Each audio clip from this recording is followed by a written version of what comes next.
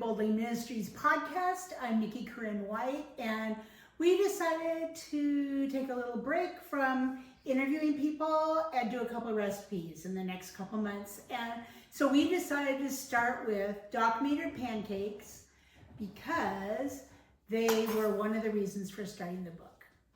And the reason behind that is because my dad wasn't a doctor, but he had the nickname of Doc. I think it might be just because he helped people a lot. But he would get up at 5 every morning, he'd go fishing, read a book, and he would do all sorts of things, and he would make us breakfast. And when he would make pancakes, he would say the recipe out loud.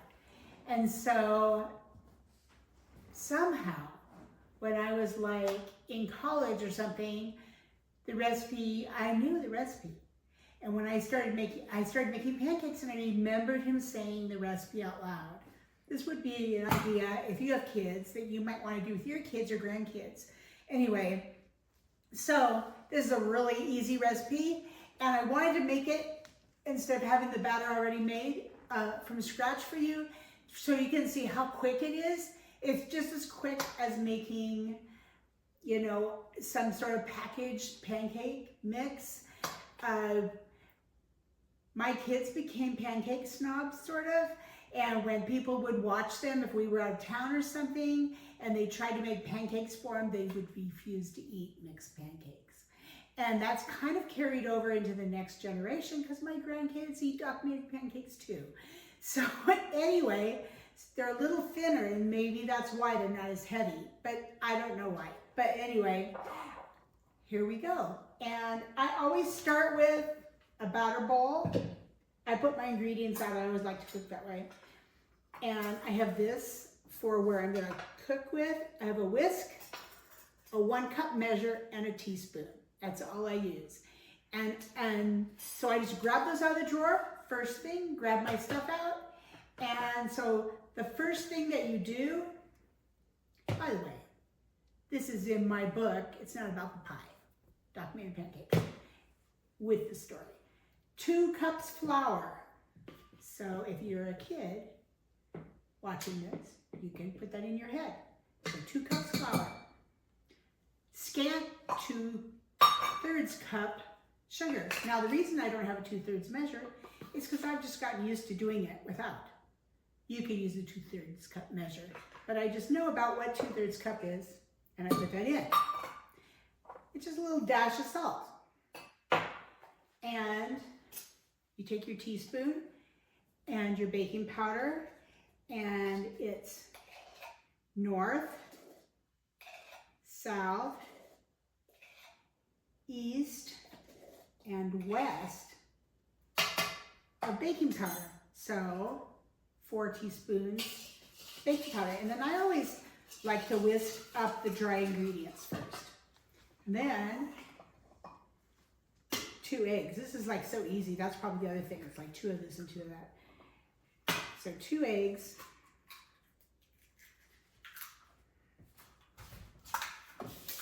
And I always wash my hands because I don't like eggy stuff on my hands. And then milk. You have 2 cups of milk. And by the way, you can use this recipe for waffles also. Exact same recipe. So that's good too. Okay, so that. And then you whisk it up.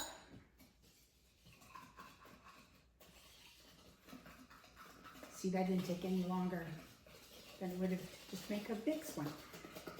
You whisk it. So it's all mixed up good and there's no lumps. A few lumps and you got it all off the bottom. That's why I use a batter bowl, because it makes it so easy. And then you put in a little cooking oil, about a 1/4 cup. I've gotten so used to doing it, I just put some in and mix that in. You don't have to whisk it as hard, just make sure it's turned in good. And then you're ready. Now, I have a very new skillet. Our old one broke that we'd had for forever.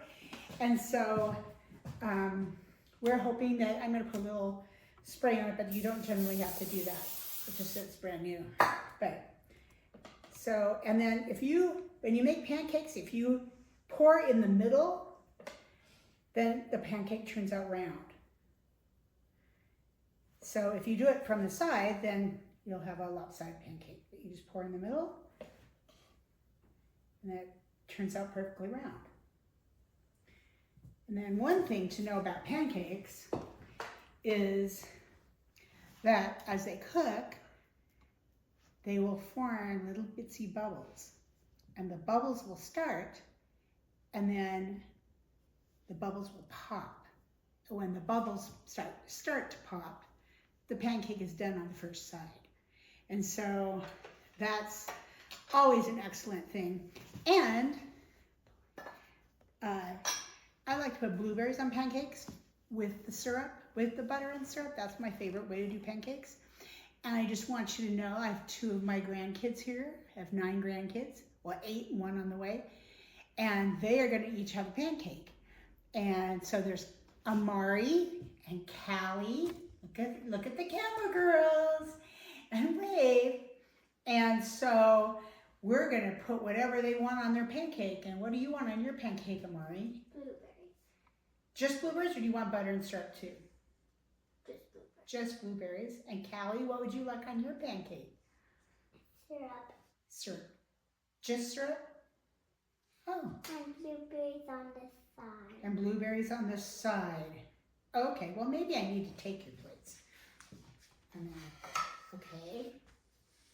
There we go. And then see the bubbles? See how it's bubbling? I don't know if you can see that in the camera. But it starts to bubble. We'll let it bubble like for another minute or 2. You may have family recipes that you like to use. You know, that's the neat thing about family recipes, is that they're tried and true. And some of the recipes in my book are family recipes of mine, and some were contributed by other family members or friends at recipes that I really loved, and I thought it would really fill out the book nicely. See, so we'll see. Oops, didn't flip it over good. Oh, it's a slippery new griddle. And so then it's like perfectly done. See how easy that came off? That was great. It's a great new griddle. Okay, and so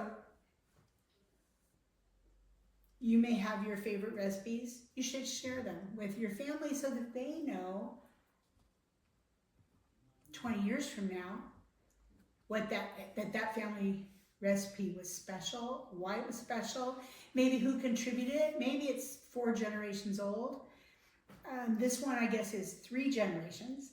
And anyway, we have a lot of other things. We have appetizers and main courses and desserts, all sorts of things.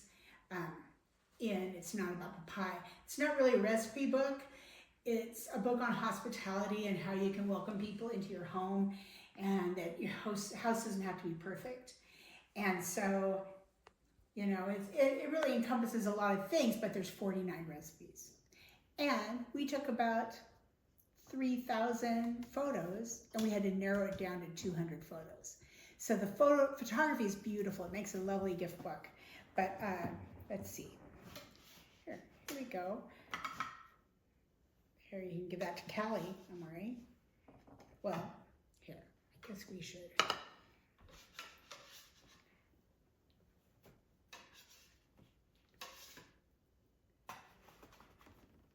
Okay. And nobody wanted butter. Yeah. Yeah, you did? I did it. No, nobody wanted butter. And Callie, you want syrup, and you don't want, you want blueberries on the side. Okay, we'll put the blueberries on the side. And Amari, you just want blueberries on the pancakes. Okay, there you go. That's great. Nobody wants butter and blueberries and syrup. That's how I want. That's how I want them. Okay. Okay, let's put some more on, in case you didn't catch that completely, how to. So I think the thing is, we even do these camping. but is the reason the book's called It's Not About the Pie is because you don't have to have a perfect house. You don't have to serve pie. You can do whatever you want to have someone over, welcome them into your home, or take a meal to someone. And this is just an easy thing to do. And so the idea would be for you to reach out to someone and take them a meal. Pancakes would be hard to take to someone. You would more likely welcome them in. But if you do, like when I do separate meals, I make multiple things and give them to different people. And maybe someone's really needy and they have to have a meal right away because they just had surgery or something. But what about just that mom who's just tired, or someone who just lost their job? You could also do a meal for someone like them. And so the book is full of ideas of things that you could do. The person taking our video today is my oldest daughter, Jessica. She is my executive administrator, and she helps us all sorts of projects. And Jessica, you want to turn around and say hi? You can say hi. And I mean, I can't do anything without her knowledge because I'm not techie. It's just not my thing. And so, you know, I really appreciate her helping with this today. Maybe we shouldn't go on camera with a new pan, but, you know, I'm glad to have one because my old one broke. Anyway, so I'm really appreciative that you could watch this today, and look at what Amari's doing there. She's pushing her blueberries into her pancake. How's the pancakes, girls? Have you even taken a bite, Mari? No. Nope. Callie, have you? I need to find it first. Okay. Oh, you ate your blueberries first, right? Tell me how it tastes. I'll take this bite right now. Okay.